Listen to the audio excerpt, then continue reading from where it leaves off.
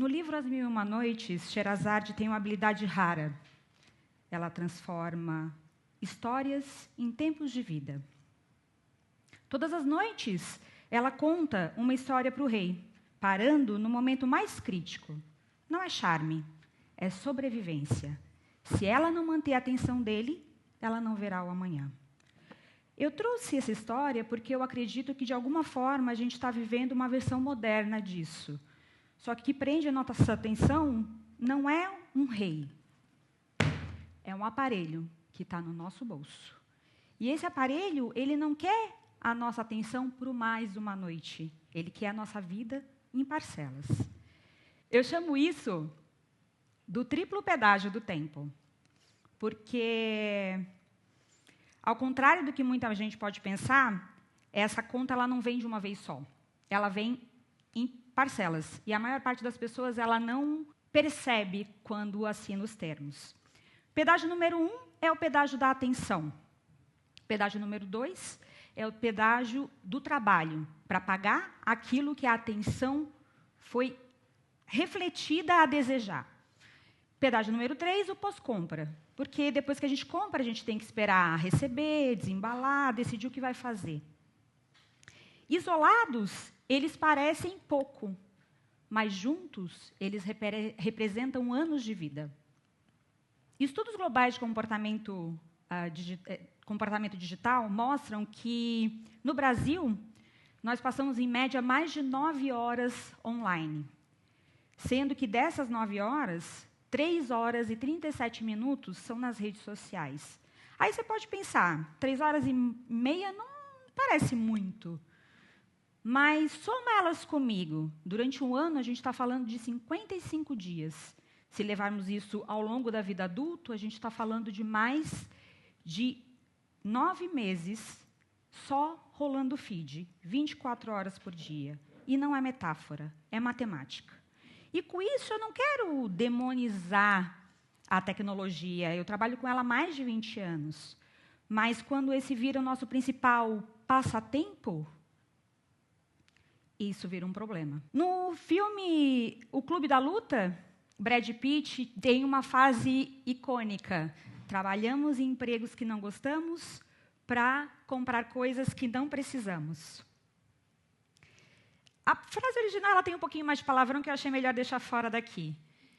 Mas, quando a atenção ela é presa, o desejo ele é fabricado. E, em média, dizem as pesquisas, a gente precisa de 10 exposições para que esse desejo vire uma compra.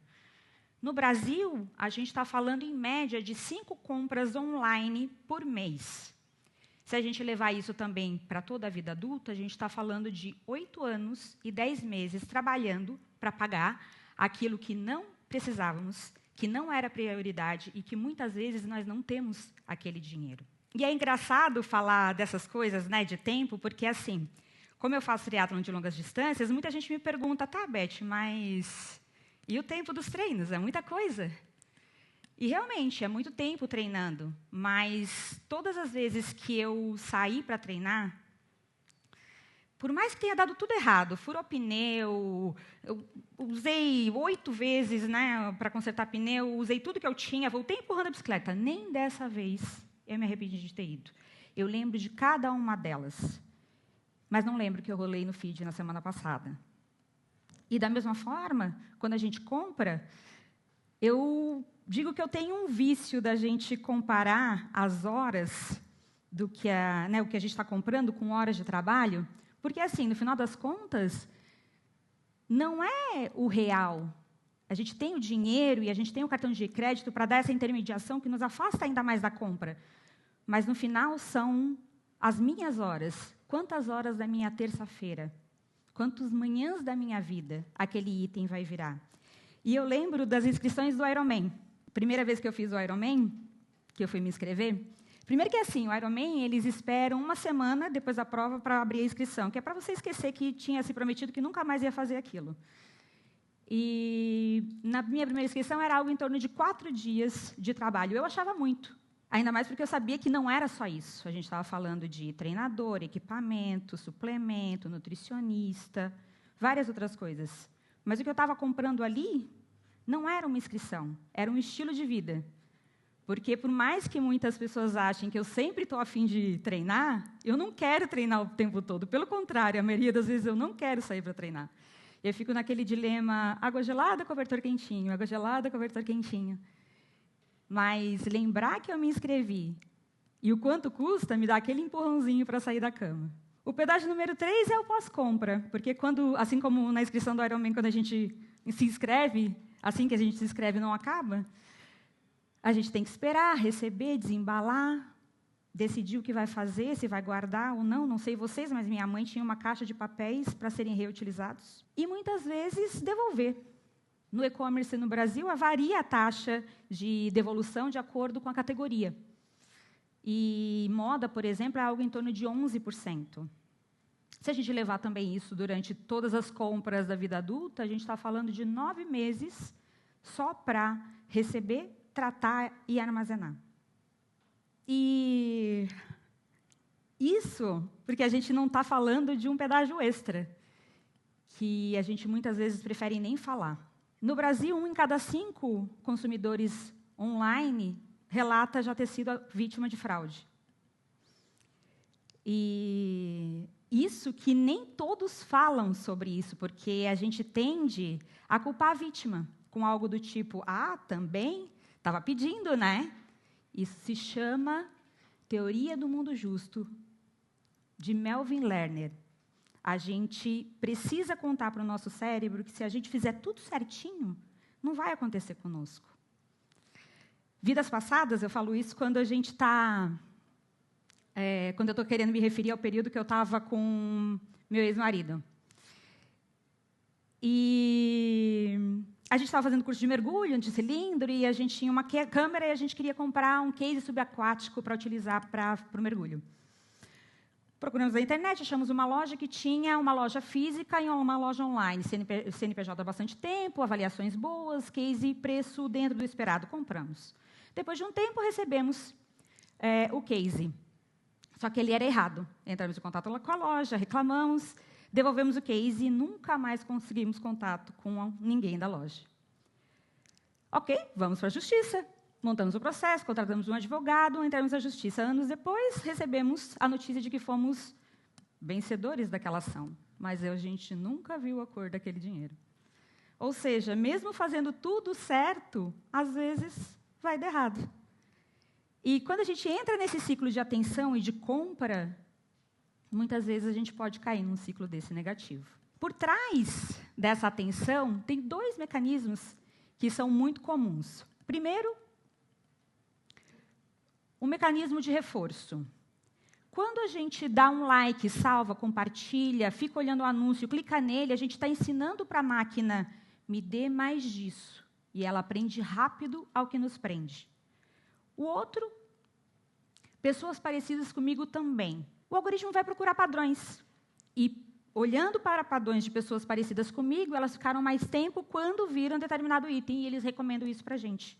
Não é o que necessariamente é melhor para mim, mas é o que vai me reter. E a neurociência, ela entra para azeitar esse caminho, esse fluxo, com botões, atalhos, passos, só para a gente seguir o fluxo, o famoso next, next, next.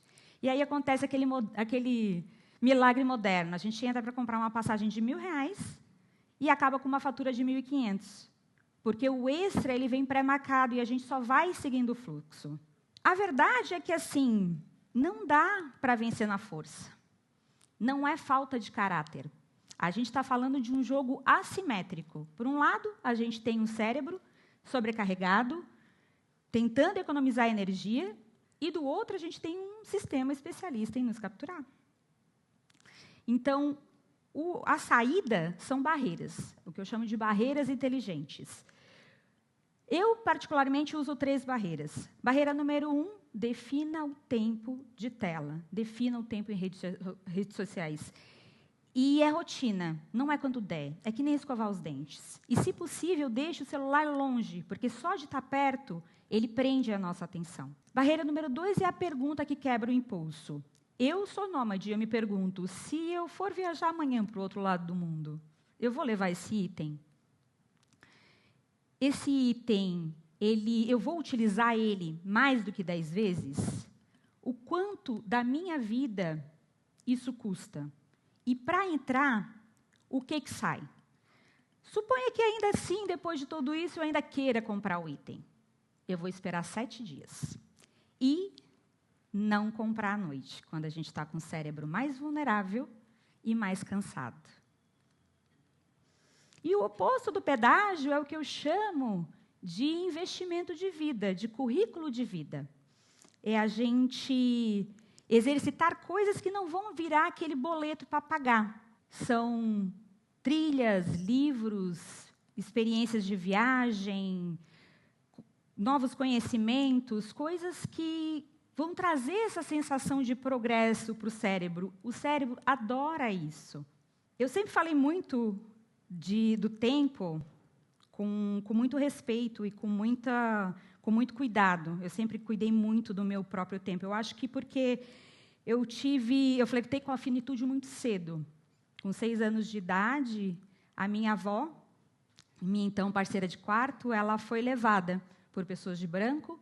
No outro dia tinham flores, choro e uma caixa branca.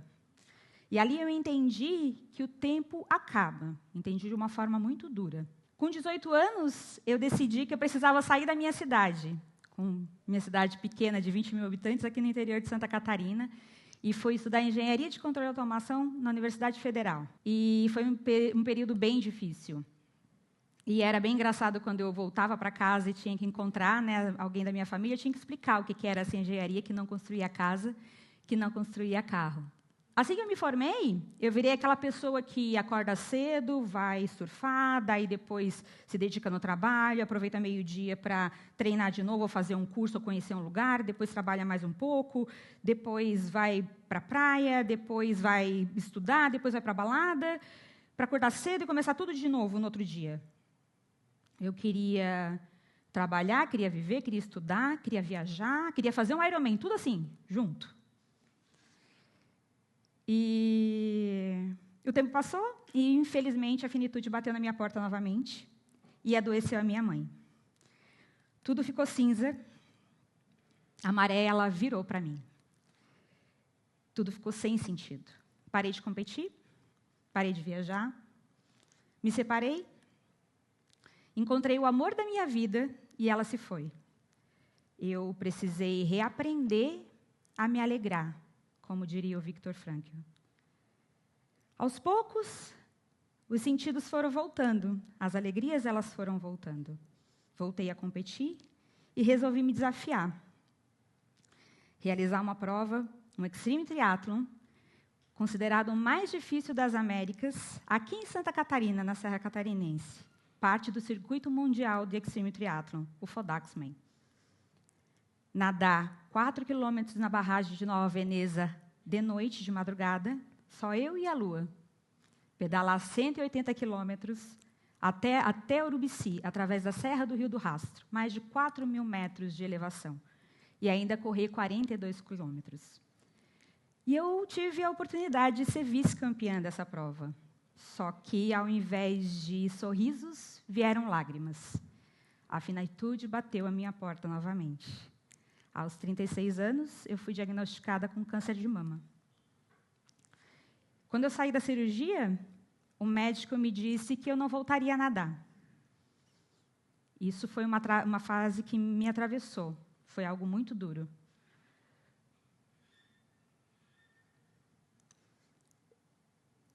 Aos poucos, eu fui vencendo o resto do tratamento, fiz a quimioterapia, a radioterapia, e faltavam 3 meses para a prova. E eu voltei a treinar. E aí eu escutava frases que eu chamo de suaves tijoladas, porque são suaves, mas ainda tijoladas. Você não precisa provar nada para ninguém. Você vai mesmo? E a que eu acho mais difícil, porque ela vem embrulhada de carinho. Só largar é uma vitória. Mas eu não queria só largar. Eu queria provar para mim mesmo que eu não tinha sido despejada desse corpo. O dia de competição, eles não são uma piscina, eles são ondas. Ondas de coragem, ondas de medo, ondas de dor, ondas de riso, quando alguém ao longe grita o meu nome. E por um segundo, eu não sou mais paciente. Eu sou atleta. E fui vice-campeã novamente dessa prova. Eu acho que por isso que eu falo com tanta seriedade da importância do tempo e da gente aproveitar bem o tempo. Porque quando a gente flerta com a finitude, a gente entende que cada sim automático é um não para alguma coisa mais importante. As histórias de Sherazade, elas são histórias longas. Elas nos transportam para dentro da história, assim como aconteceu agora com parte da minha história. Os vídeos curtos, eles não fazem esse transporte. Eles deixam a gente num ciclo. Desliza, recompensa, desliza, anúncio. Sherazade passou 1001 noites se esforçando para preservar a própria vida. E eu pergunto para vocês, o que vocês estão fazendo para viver bem o seu tempo e não passar o tempo?